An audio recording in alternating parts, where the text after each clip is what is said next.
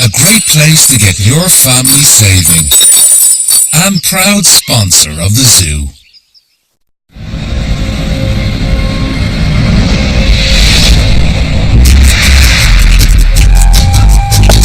Acres of Dublin's Phoenix Park. Over 1 million visitors a year. 600 exotic animals.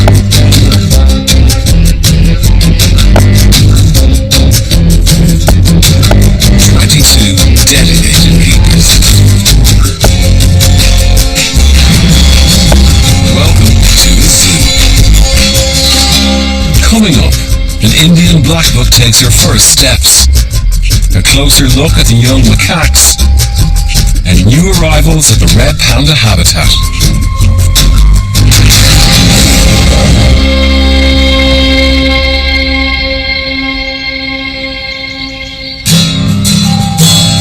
Today, at one of the 5 primate islands on the main lake, team leader Kieran is about to oversee a very delicate operation.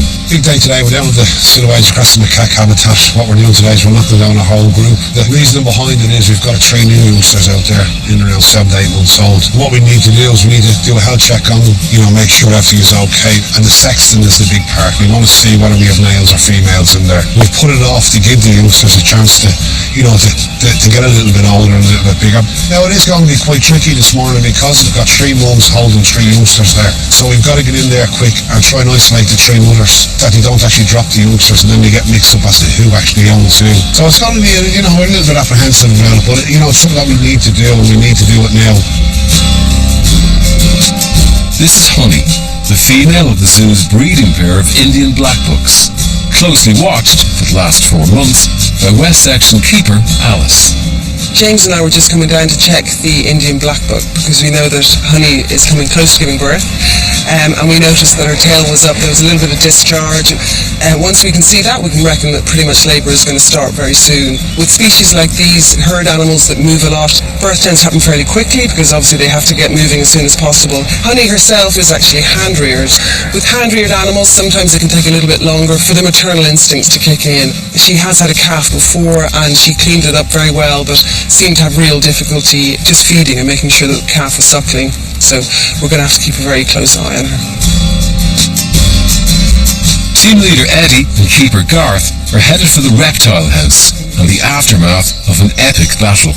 We had a little bit of an incident with our Gila monsters here.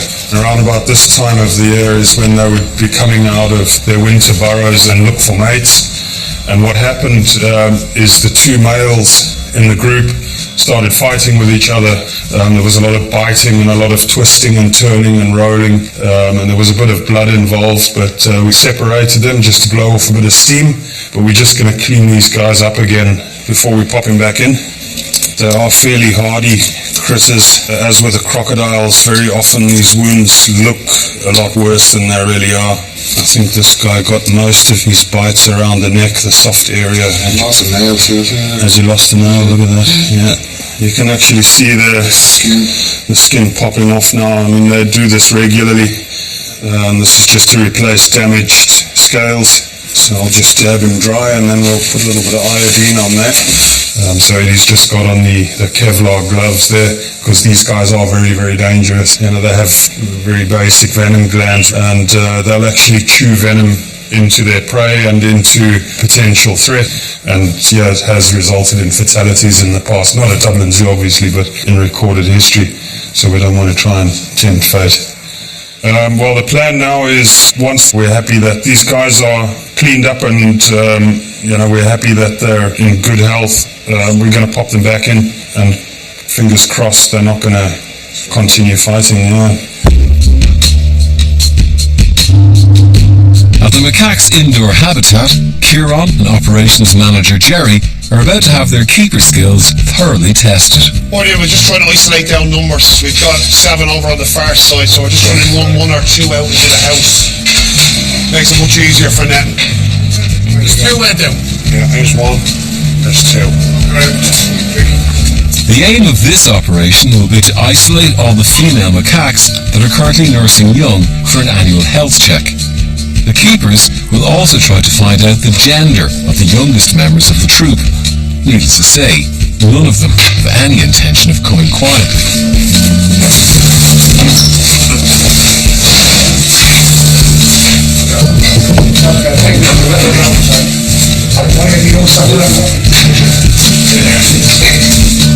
The macaques are fast and agile, but Kieran and Jerry are both highly experienced keepers.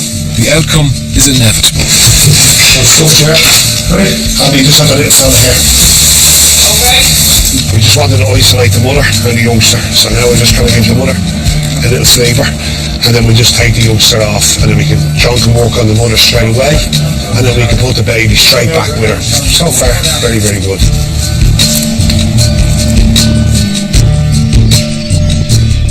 For the best part of a year, Chota was the only red panda at Dublin Zoo, and the king of all he surveyed. 3 months ago, his days as a singleton ended, with the arrival of Angelina from Germany. Red pandas are notoriously discreet in matters of the heart, but Susan and the other keepers have been secretly hoping for the patter of tiny paws. We noticed our female has been behaving a little bit odd recently, and so she's been going into her den a lot and bringing kind of sticks and extra bedding and stuff in. And then yesterday she was in the den, wouldn't come out at all with food and having none of it. So the girl working went in and had a little look, and after a little bit of investigation she just saw a little tiny white face looking back out at her. So we've had a little baby red panda. So this is fantastic news, it's great. We actually have twin cubs. It's always lovely that one is born, but when you have two animals then they just be great company and they provide warmth for each other, and basically they'll just be little playmates now when they're growing up as well, so it's great now to have two. We're really happy with that. Chota the male, he's a quick operator. He literally would have made it her within the first week. And what it makes it even more exciting is there's only one day in a year that the female is actually receptive to, accepting a mate. And we were saying, there's no way you'll get this one day. The chances are so small, but luckily it's all worked out great. They're born totally helpless, so the mother has to do everything. They're totally dependent on the mother. But by maybe 5 weeks, 6 weeks, we should see them starting to venture out of the nest a little bit as well. So that's going to be great. And you notice there they're quite kind of pale coloured. They're not that lovely vibrant red like the parents. But by the time they do come out by themselves, the coat will have got progressively darker and they look exactly like little miniature adults. Cutest thing ever. I'm chuffed. I haven't seen baby red pandas in maybe 5 years, I'd say, so I wouldn't have been a keeper at the time. I think it was just training, so to actually be the keeper now in charge of doing it, it's just great. I can't wait to see them to come out and start to play and interact and everything. I'm so excited, can't wait.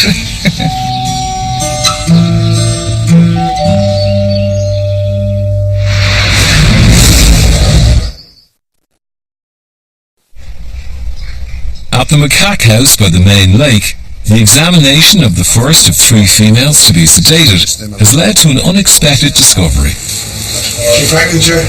Good pregnant, yeah, she's good, heavy. Good, that's great. Great condition. Good. Looks very well. She's quite heavily pregnant. She's well advanced. I can feel a nice, well-formed head. We've had a great find this morning. First macaque John's just examined her here, and she's pregnant, and she's well advanced in her pregnancy, so we'll watch her very, very carefully over the next couple of weeks, next 2 or 3 weeks, because she could go very, very soon. And as I said, we're hoping to build this group up to 25, 30, which what you would have in a wild environment. So we're 11 now, 12 is on the way, and hopefully by the end of the year we'll have 15 or 16.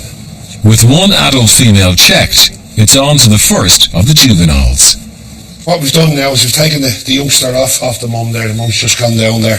So we've got a little female, which is great, You can see the teeth there, full black face, beautiful coat, absolutely beautiful youngster. But it's great to see a little female. Yeah, great. Really great for the group, another female. It's just a little bit of squeal, it's just a normal reaction. First time away to his mum.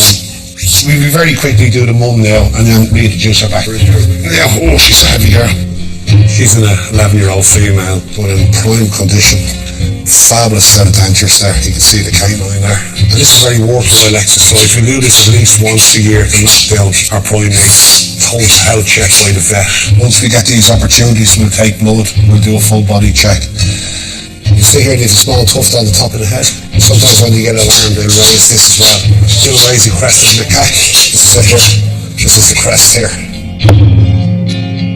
What we got there is a pouch that the macaques have on either side of the mouth. What they'll do is at times of the stress when they're eating, and maybe a male or something around trying to take the food, they'll push it into the pouch and then they'll scurry off somewhere else where there's no conflict or there's less trouble going on, and then they'll just take it back out and eat it at their leisure. So great adaptation when you think about it. And then we'll have a look at the hands. Very similar to our own hands.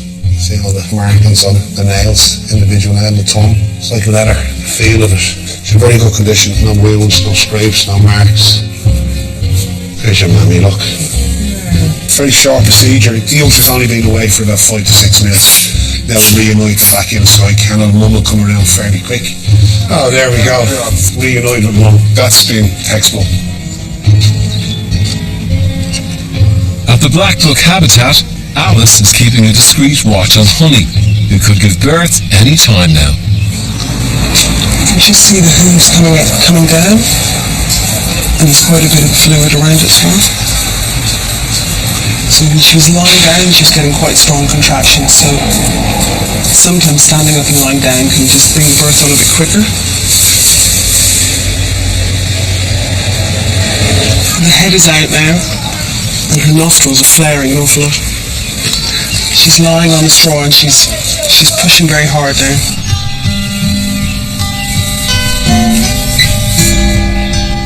That is a big, strong calf, my God.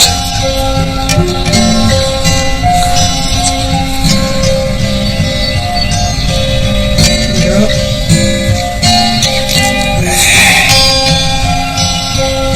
That's just about as textbook a birth as you could possibly get. As soon as the calf hit the ground, you can see it's really strong, nice strong neck holding his head up.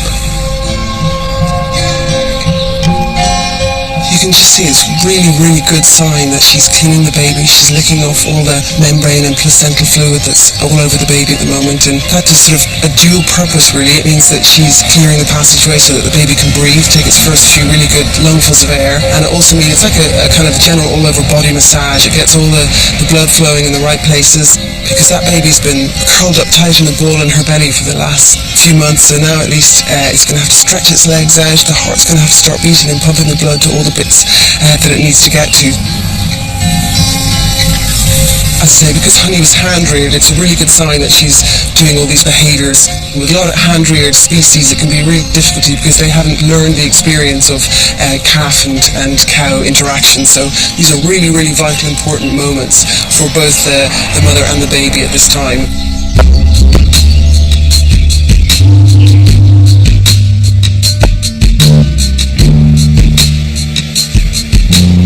Over at the reptile house, Eddie and Garth are about to reunite the belligerent Gila monsters.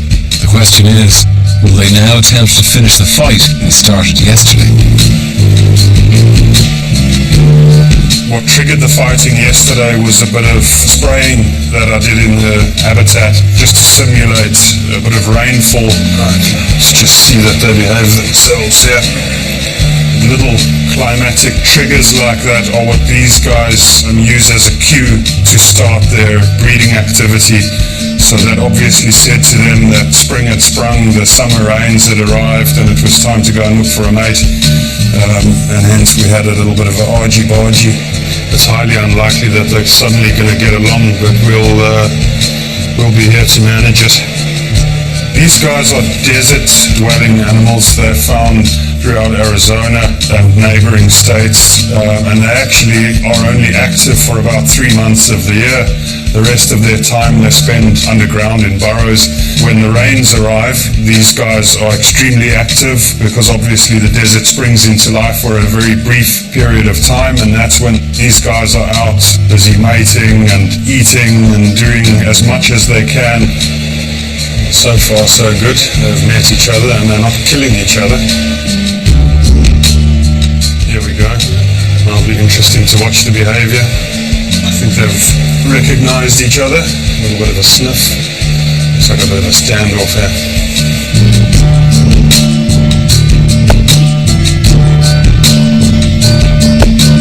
Seems to be alright so far, Let's just try to get along. All is forgiven. So far so good, everything looks well. They seem to be not killing each other, which is a good start. I mean, these guys are known for this behaviour, so I'm expecting that something is going to happen again at a later stage. Maybe not now, maybe not today. They seem to be in good health at any rate, so hopefully they can get over their differences and get on with procreating.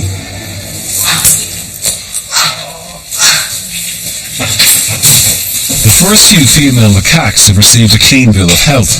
Kieran and Jerry move on to the second mother.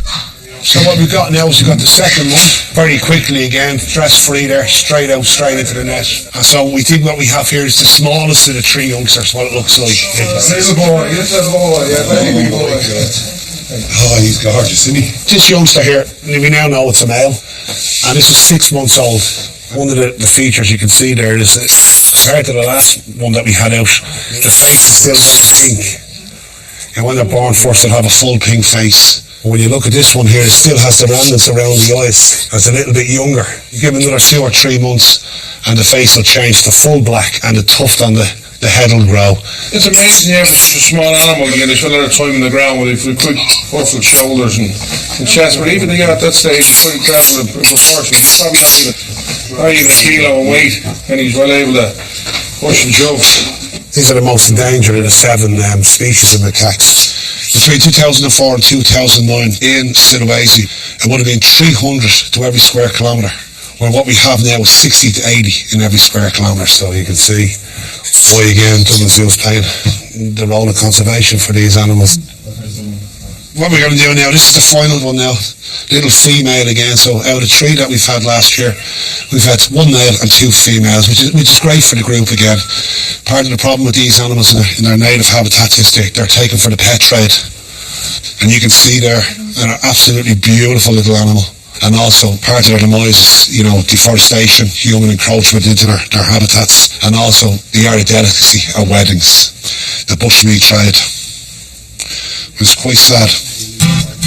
It's quite sad. The 3 youngsters now, their safety was paramount to us. We've been able to sex them, so it's been a very good morning for our macaque troop. All our animals now have had the surveillance checks, so now we monitor them over the next hour or 2 and let them recover. And the great thing about it is you'll see our 3 youngsters there.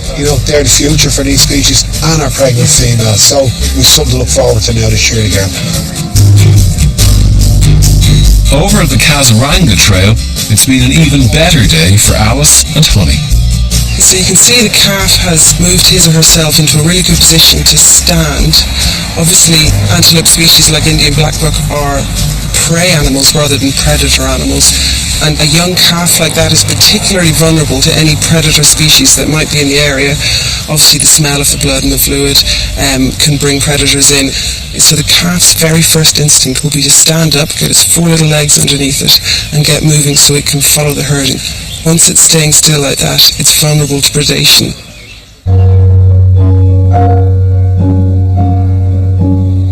It's always a privilege to see a baby being born like that in the zoo.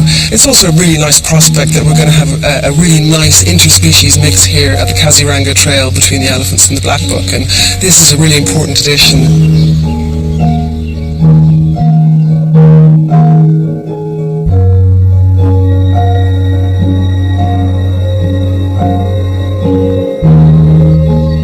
You can just see Honey there now is cleaning underneath the baby a lot and nudging her a lot with her head. That's really the bits she couldn't get to when the calf was lying down, and it's also really stimulating the calf to stay on those legs and to take a few shaky steps, which is really good to see. And the calf is nice and strong.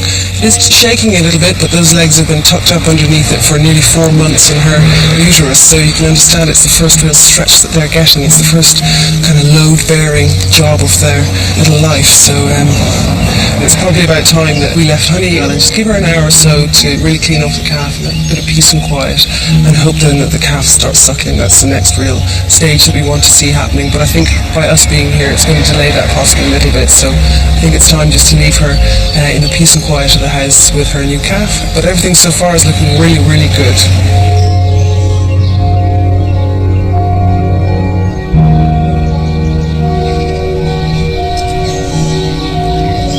At the Red Panda habitat, Angelina is on the move. We came in this morning, we're feeding and cleaning as usual, and the red panda female, Angelina, actually some of the baby's out, so she's carrying the little cub around there. This is quite normally, it'd be like a kitten, you take it by the back of the neck and it just curls up nice and small, and it's nice and compact, and she can carry the youngster around. So basically she doesn't want me to know that she has cubs at all. So if I've been in maybe cleaning out an area or putting food in, and she thinks I've maybe got too close to the cubs, or seeing that they're kind of hidden away, she'll move them. So this is what she's doing now. She's just walking around and she's just checking out the other potential kind of nest sites.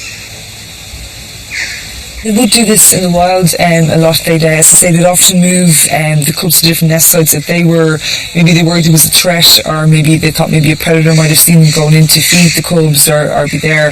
They want to be as secretive as they possibly can. So basically the idea is that nobody knows you have cubs, and that's what she's trying to do here now by moving them around the place and just kind of keeping them out of the way. So we've 4 different dens or nest sites set up for her, so she can kind of pick and choose where she wants the cubs to go. So it's really lovely now to get a close-up look at them and see, because I haven't even seen them properly, so to see them out, and they're just like little tiny teddy bears. They're just beautiful. So it's really exciting, and it's lovely then for some of the other staff members and members of the public and everything to see them as well. It's a nice opportunity.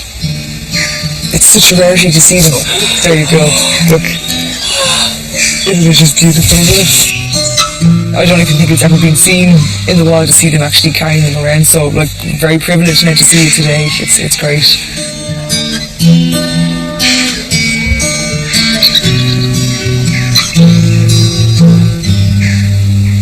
These guys are quite endangered in the wild.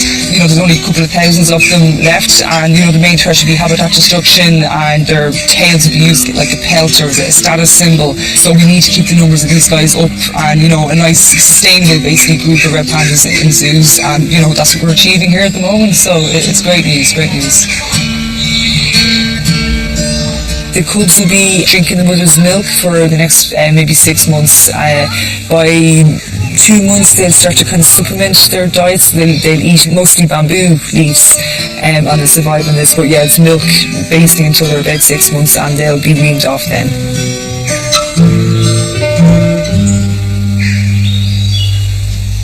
Shota the male, he's been a really good dad. He's been a hands-off dad. Basically he knows it's not his place really to be near the cub, so he's staying well out of the way, and that's what we want. We don't want him kind of messing things up or anything, so it's all good. But I think he's obviously curious. He knows there's something very different there, but he's been very respectful, which is great. Usually they'd be a solitary animal in the wild. We've had groups like this before. We keep them as a family unit, and we've never had any problems. So fingers crossed, Chota will be happy to stand back and just be the proud father in the background. They have a long breeding future here at the zoo, hopefully, and this is the first time they've ever reared cubs, and they've just been fantastic. They're doing everything right at the moment, so there's no reason why they won't go on to do it again in the future. Next time, a field trip to the real gorilla rainforest. Kazi, the baby mangabey, prepares for a family reunion, and round-the-clock TLC, the zoo's tiniest primate.